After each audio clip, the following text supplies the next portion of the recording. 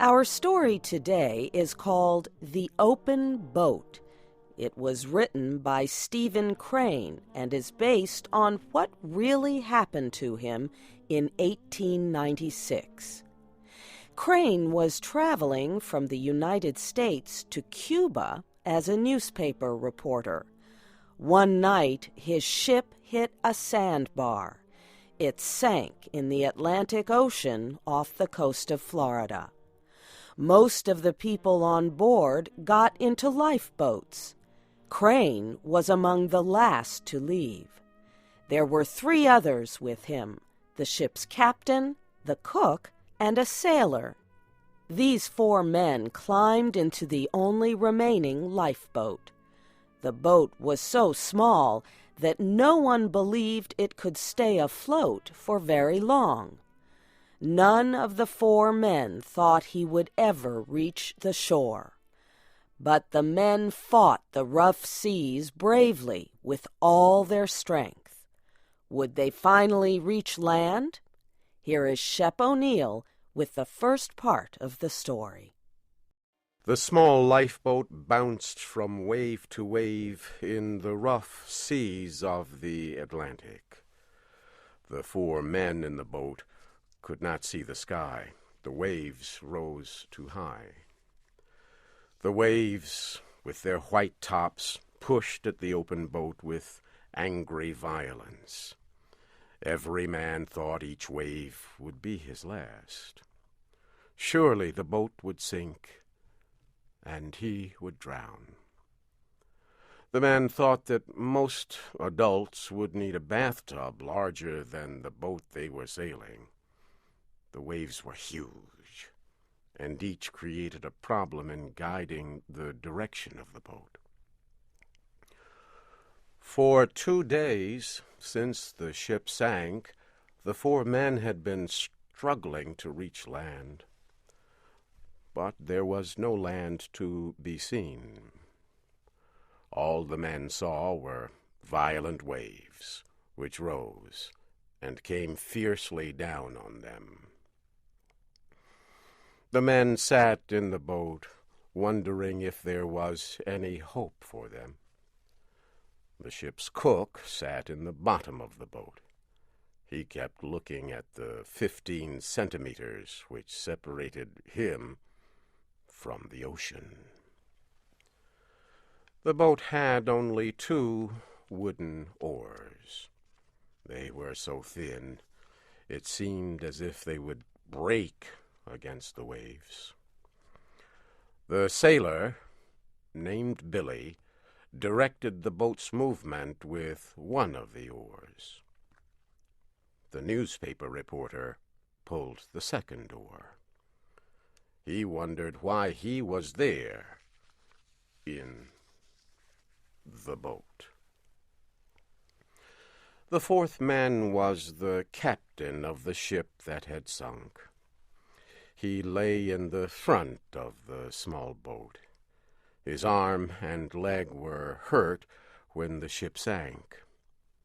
The captain's face was sad. He had lost his ship and many of his sailors. But he looked carefully ahead, and he told Billy when to turn the boat. "Keep her a little more south, Billy," he said. "A little more south, sir," the sailor repeated. Sitting in the boat was like sitting on a wild horse. As each wave came, the boat rose and fell, like a horse starting toward a fence too high to jump. The problem was that after successfully floating over one wave, you find that there is another one behind it, just as strong and ready to flood your boat. As each wall of water came in, it hid everything else that the men could see. The waves came in silence. Only their white tops made threatening noises. In the weak light, the faces of the men must have looked gray. Their eyes must have shone in strange ways as they looked out at the sea. The sun rose slowly into the sky. The men knew it was the middle of the day because the color of the sea changed from slate gray to emerald green with gold lights, and the white foam on the waves looked like falling snow.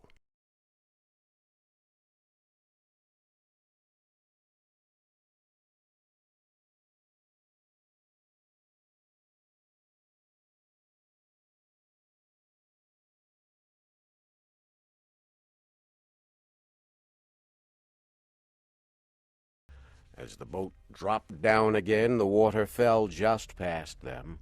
The top of each wave was a hill from which the men could see for a brief period a wide area of shining sea. The cook said the men were lucky because the wind was blowing toward the shore. If it started blowing the other way, they would never reach land. The reporter and the sailor agreed, but the captain laughed in a way that expressed humor and tragedy all in one. He asked, "Do you think we've got much of a chance now, boys?" This made the others stop talking. To express any hope at this time, they felt to be childish and stupid. But they also did not want to suggest there was no hope, so they were silent. "Oh, well," said the captain, "we'll get ashore all right." But there was something in his voice that made them think, as the sailor said, "Yes, if this wind holds." Seagulls flew near and far. Sometimes the birds sat down on the sea in groups near brown seaweed that rolled on the waves. The anger of the sea was no more to them than it was to a group of chickens 1,000 miles away on land. Often the seagulls came very close and stared at the men with black bead-like eyes. The men shouted angrily at them, telling them to be gone. The sailor and the reporter kept rowing with the thin wooden oars. Sometimes they sat together, each using an oar. Sometimes one would pull on both oars, while the other rested. Brown pieces of seaweed appeared from time to time. They were like islands, bits of earth that did not move. They showed the men in the boat that it was slowly making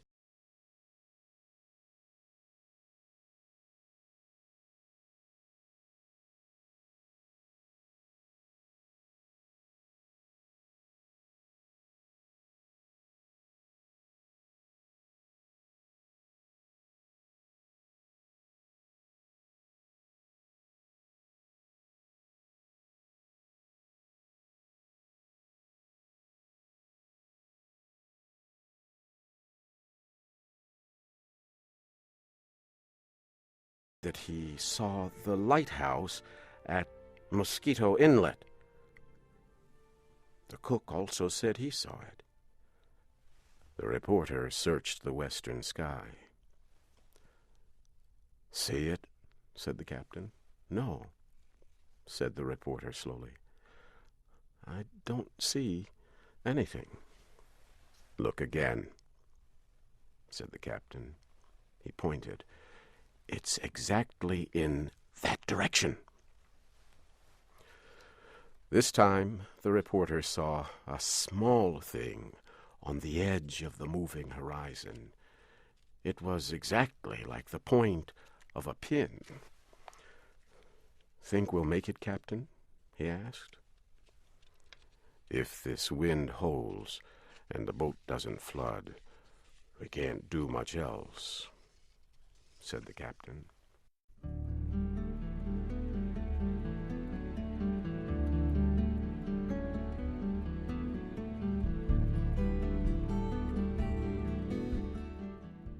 would be difficult to describe the brotherhood of men that was here established on the sea. Each man felt it warmed him. They were a captain, a sailor, a cook, and a reporter. And they were friends. The reporter knew even at the time that this friendship was the best experience of his life. All obeyed the captain. He was a good leader. He always spoke in a low voice and calmly. "I wish we had a sail," he said, "to give you two boys a chance to rest." So they used his coat and one of the oars to make a sail, and the boat moved much more quickly. The lighthouse had been slowly growing larger. At last, from the top of each wave, the men in the boat could see land. Slowly the land seemed to rise from the sea. Soon the men could see two lines, one black and one white. They knew that the black line was formed by trees, and the white line was the sand. At last the captain saw a house on the shore, and the lighthouse became even larger. "The keeper of the lighthouse should be able to see us now," said the captain. "He'll notify the life-saving people." Slowly and beautifully the land rose from the sea. The wind came again. Finally the men heard a new sound, the sound of waves breaking and crashing on the shore. "We'll never be able to make the lighthouse now," said the captain. "Swing her head a little more north, Billy." "A little more north, sir," said the sailor. The men watched the shore grow larger. They became hopeful. In an hour, perhaps, they would be on land. The men struggled to keep the boat from turning over. They were used to balancing in the boat. Now they rode this wild horse of a boat like circus men. The water poured over them. The reporter thought he was now wet to the skin, but he felt in the top pocket of his coat and found 8 cigars. 4 were wet, but 4 were still dry. One of the men found some dry matches. Each man lit a cigar. The 4 men sailed in their boat with the belief of a rescue shining in their eyes. They smoked their big cigars and took a drink of water. A long stretch of coast lay before the eyes of the men. Slowly the land rose up out of the mountainous sea. The men could see a small house against the sky. To the south, they could see a lighthouse. Tide, wind, and waves were pushing the lifeboat northward. The men thought someone on land would have seen the boat by now. "Well," said the captain, "I suppose we'll have to attempt to reach the shore ourselves. If we stay out here too long, none of us will have the strength left to swim after the boat sinks."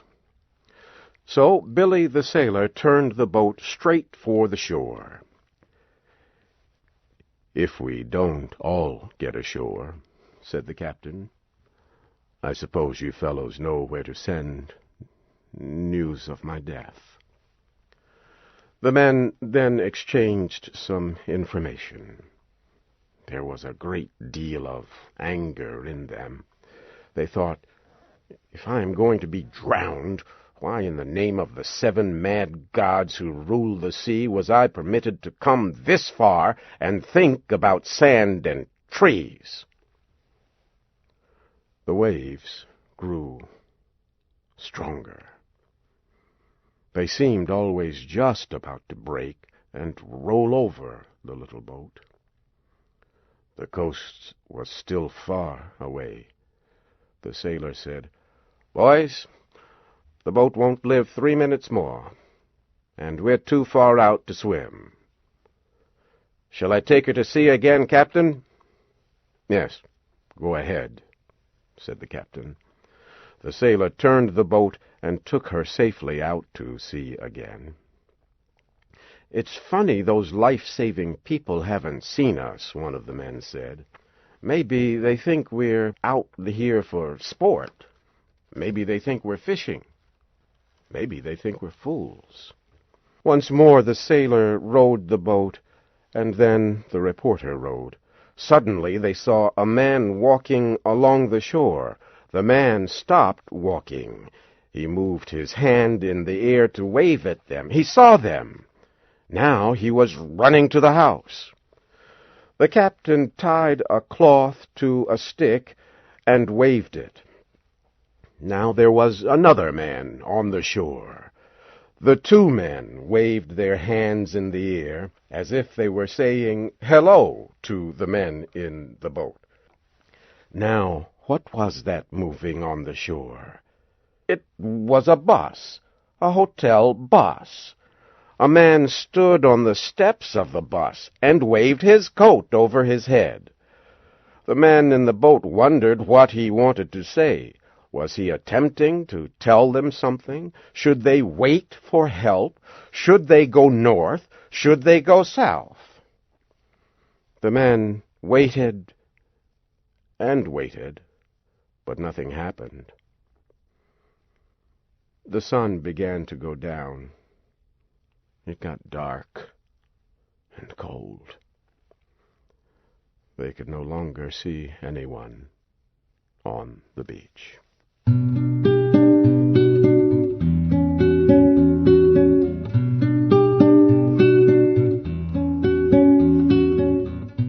The sailor rowed, and then the reporter rowed, and then the sailor rowed again. They rowed and rowed through the long night. The land had disappeared, but they could hear the low sound of the waves hitting the shore. This was surely a quiet night. The cook finally spoke. "Billy, what kind of pie do you like best?" "Pie," said the sailor, and the reporter angrily. "Don't talk about those things." "Well," said the cook, "I was just thinking about ham sandwiches, and—" A night on the sea in an open boat is a long night. The sailor continued to row until his head fell forward and sleep overpowered him. Then he asked the reporter to row for a while.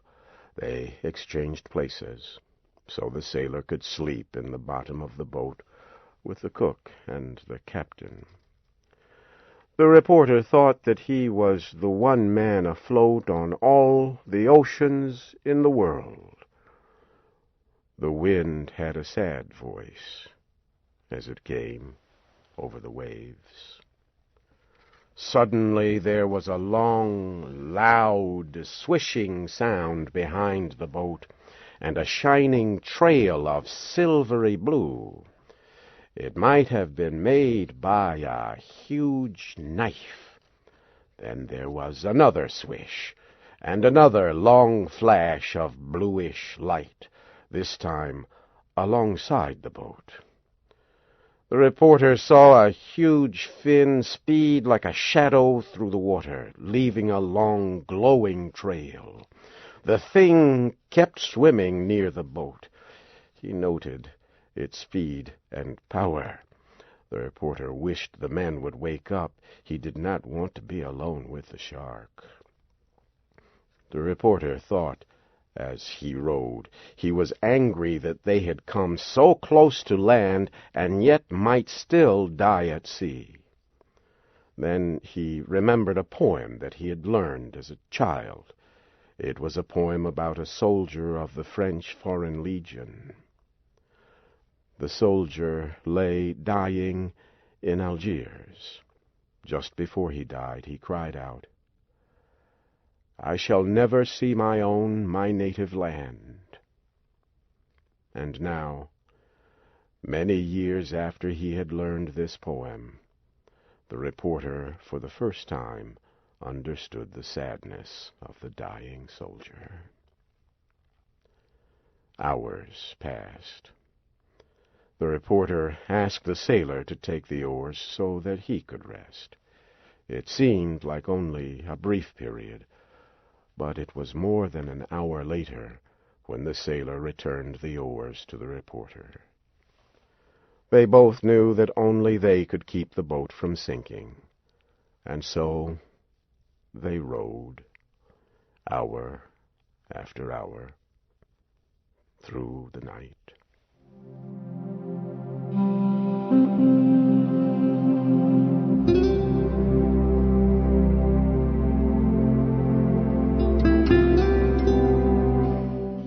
When day came, the four men saw land again.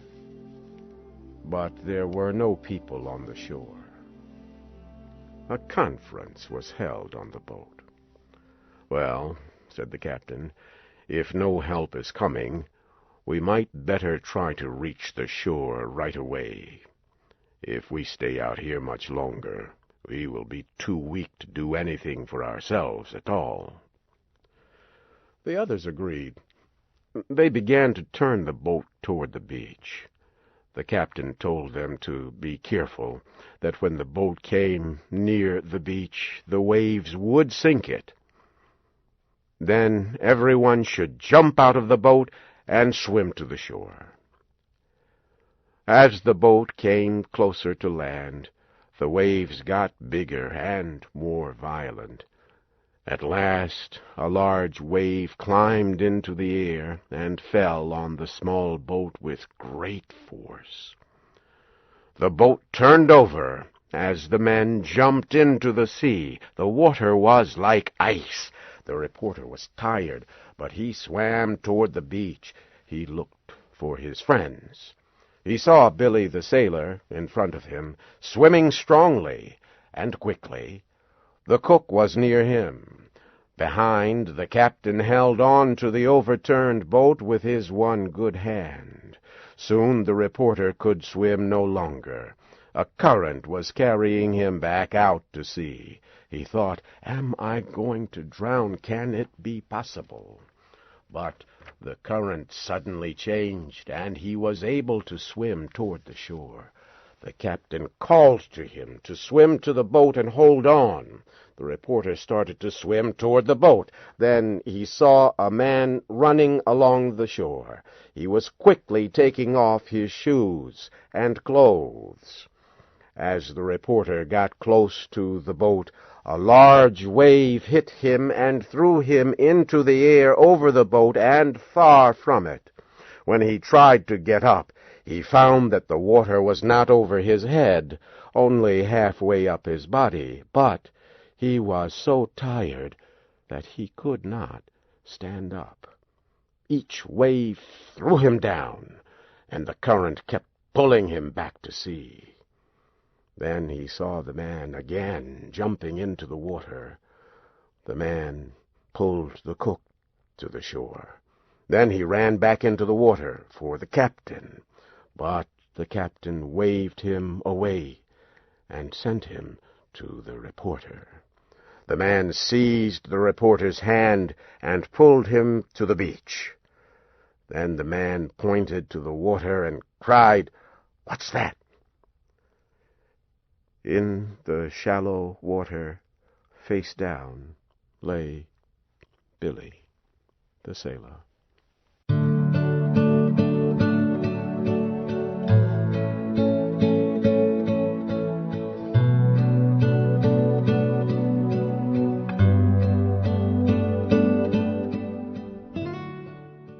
The reporter did not know all that happened after that. He fell on the sand as if dropped from a housetop. It seems that immediately the beach was filled with men with blankets, clothes and whiskey. Women brought hot coffee. The people welcomed the men from the sea to the land. But a still and dripping shape was carried slowly up the beach, and the land's welcome for the sailor's body could only be its final resting place. When night came, the white waves moved in the moonlight. The wind brought the sound of the great sea's voice to the men on the shore.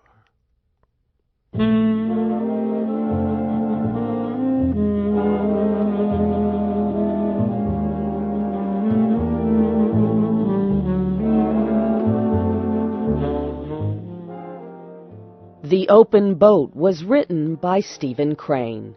This program was adapted for Special English by Shelley Gollust and produced by LaJuan Davis. Your storyteller was Shep O'Neill.